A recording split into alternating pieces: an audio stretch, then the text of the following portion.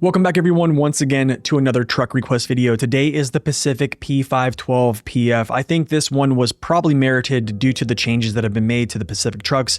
Thank you guys for voting on this one. Thank you for the comments. Thank you for the upvotes. Thank you for the likes, the hypes, and the subscriptions on the channel. I appreciate it. Here is the list of the year one pass vehicles that are remaining on this series. After we complete all these, we'll move on to the year two pass vehicles. But if you guys would like to see a review on any truck in the game right now, if you're waiting for a truck that's in another year pass, I've made reviews on them. Just go to my channel, go to my truck reviews.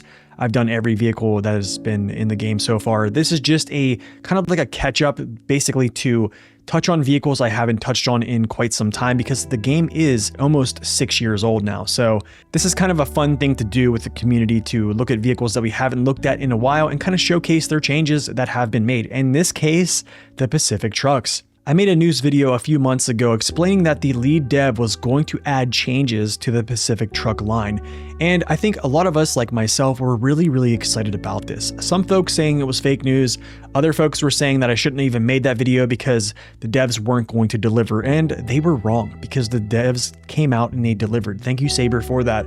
There are some things that have been changed with the Pacific P512 PF, if you already know, but there also are some small changes that I think that would add significant balance to this vehicle as well. And we'll talk about those on the driving portion. Going right into engine options, I'm not really going to sit here and explain all these engine options. I'm just going to say, go with the Westline V12 M900. This is the same top engine as the Pacific P12 and the Pacific P16. Also, a lot of other vehicles share this engine as well. I'm not going to explain all those vehicles. There's just a ton of them, but good power, 210,000 torque, 10.0 consumption. It is rather thirsty, but you don't have any type of all-wheel drive penalty with whatever gearbox you choose. So I'm going to say, choose the gearbox you want to use. Just be advised they do have their independent burn values or their base consumptions of these. But me, I'm going to use the off-road gearbox because this has a switchable diff lock. This is the only Pacific truck that has a switchable diff lock. The other ones have always-on diff lock. Not sure why that is, but because low plus is essentially first gear, just because first gear can add a diff lock, I like this. It gives me a little bit better pace. I would actually like to see Saber do something where they make this kind of like a special gearbox here, where this truck alone can have its engageable diff lock in high gear as well as low plus and reverse or low. That'd be kind of cool. I don't know, just a thought there. Moving forward, stock suspension, it does not get one.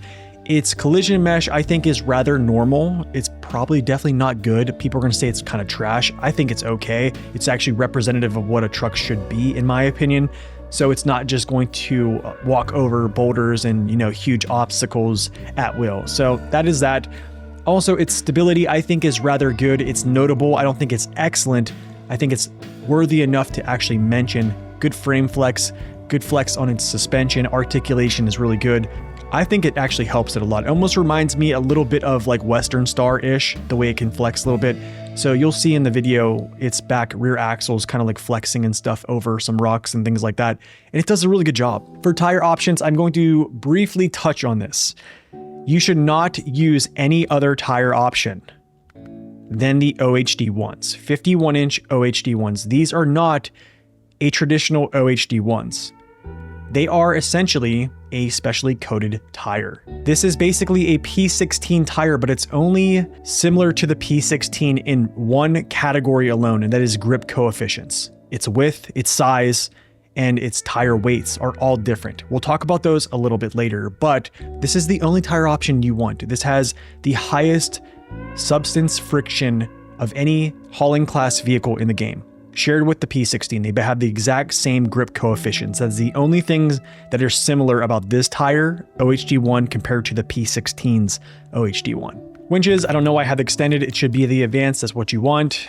Diff lock, it is engageable. You want that attached, of course. Spare tire, you have two of them in the back. It's kind of nice here. That'd be awesome if this winch was kind of like one of those special winches that had like ×5 pulling strength or something like that.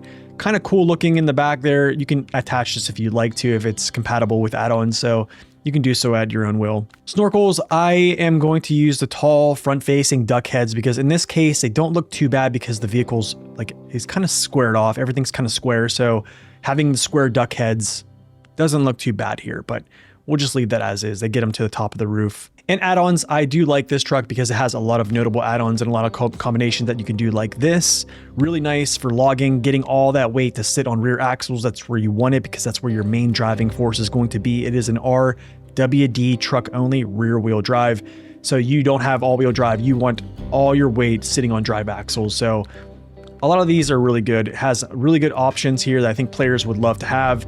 And also it does have a saddle low, which yeah, everyone knows is my pick for this vehicle, and you'll probably see that in the driving portion as well, but it does do well with all these add-ons. If I'm being honest here, I'm not a huge fan of rear-wheel drive trucks with gimmick tires. I don't really like them that much because there's so many instances, even though they have great grip coefficients on the rear, there's so many instances where I need that front tire to claw away, especially on like rocky terrain or just trying to get myself up on something. When you don't have that front tire clawing away, it's kind of so annoying. And the thing is, with rear wheel drive trucks, momentum is kind of key in those scenarios because you want to kind of keep your momentum, and when you lose it, you don't have a front axle clawing away at the surface to kind of like get you up onto a surface and aid you. With rear wheel drive trucks, you don't have that. But I'm going to reference something I mentioned back in the video in 2021 on the Pacific P16, and that is trusting your grip coefficients. With rear wheel drive trucks that have gimmick tires, basically like these, you want to allow your truck to just drive straight. Leave your tires to roll out and let the grip coefficients work, and you will just kind of like trudge through the mud. There are times where tire sweeping left to right intermittently can help you move mud out of the way, basically moving that area, and then it allows the truck to glide forward a little bit and to kind of get forward momentum. But in general, you don't really want to turn. You kind of want to leave your tires rolled out, because when you turn your tire, you're just kind of creating more friction against the surface, right? So if you leave your tires straight until you have to turn, your grip coefficients will actually help you in that way. I mentioned this back on the P16 review, and I think that still applies. It's crazy how back in 2020 and 2021, principles like that still apply today because the game physics have not changed. Now, something I do want to mention here about the Pacific P512 and its changes is it got a lot more fuel. It used to have 200 liters, 53 gallons of fuel. Now it has 300 liters at 80 gallons of fuel. That is absolutely huge. Thank you, Sabre, for adding that. But here's the thing, it's not enough. I did mention it is the only Pacific truck to have a switchable diff lock. I think I can live with that, okay? I can live with it being a switchable. I'm okay with it. I use low gear a lot, so I'm used to engaging diff lock with other vehicles. Not a huge deal. The one thing I do want to mention is the truck basically has doubles in the back, but it operates as if it has single tires. What do I mean by that? It has no rear mass scaling at all. When you actually go into the files and look at this, there's no rear mass scaling. Each tire or each representation of a tire should be 200 kilograms per tire that you're seeing. But in this case, in the rear, the double tires are actually just accounting for one tire weight when they should be accounting for two. This does two things. The first thing is when you have a rear mass scaling, you actually stiffen your suspension in the back, giving you the ability to have more weight on your rear axles and not compress as much. Basically, a rear mass scale gives you a stiffened suspension, able to handle higher amounts of weight without compression of your suspension. That is a good thing. You want that. The second thing is this: more tire weights equal more pulling power, not necessarily more grip. Yes, you're going to have slightly more grip, but when you have more tire weight, as it's been shown in years prior, I have videos on this, when you add tire weight, you add effective pulling power. You basically are giving an engine upgrade at that point. Increasing tire weights increases pulling power. So in this case, if you would add a rear mass scale, you basically are making those double tires in the back actually doubles and not acting as singles, if that makes sense. So if you count these tires, you should be counting up 200 kilograms per tire, but they're not that. In the rear, it's only counted as one tire. Now, does the Pacific P512 struggle with power? Absolutely not. But if I were to do a limit test, which you shouldn't really do just limit test, just please keep in mind my test map is just for limitations. It's not really a representation of actual gameplay of a SnowRunner. It's just to see where's the truck failing. If I were to do that, I guarantee if I took the stock Pacific P512 PF and then I altered the rear mass scale, I would see definitely a boost in pulling power. That is just the power of heavy tires. If you want to see the video, please check it out. It will tell you exactly what you need to know. It is not adding grip. It is adding effective pulling power. Because here's what's happening. The engine is unable to turn the tires against the grip coefficient. So therefore, if you don't have enough engine power, grip doesn't matter. You need pulling power to be able to break that grip coefficient and actually turn the tire. And this is why downgrading tires on something like the Pacific P12 is advantageous, but not so much since they've added the changes to the Pacific P12.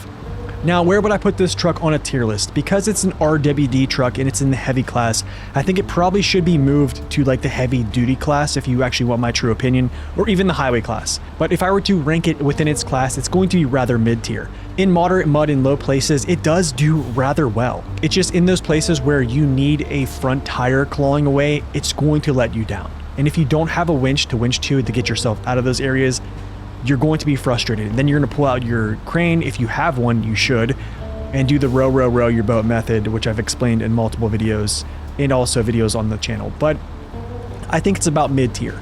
Now, if they gave it always on diff lock, I think that's going to boost it a little bit. If they gave it its rear mass scaling in the rear, I think that's probably also going to help it as well, but probably going to stick around the mid tiers. And that's okay. A mid tier truck is still rather good. Not every vehicle has to be an S tier truck to be notable. I think even trucks that are in the B category are some of my favorite vehicles. Hopefully in the future, Sabre comes back and does a little shadow change to alter the rear mass scaling of this truck and also potentially give it some type of gearbox where it allows high gear to engage diff lock as well.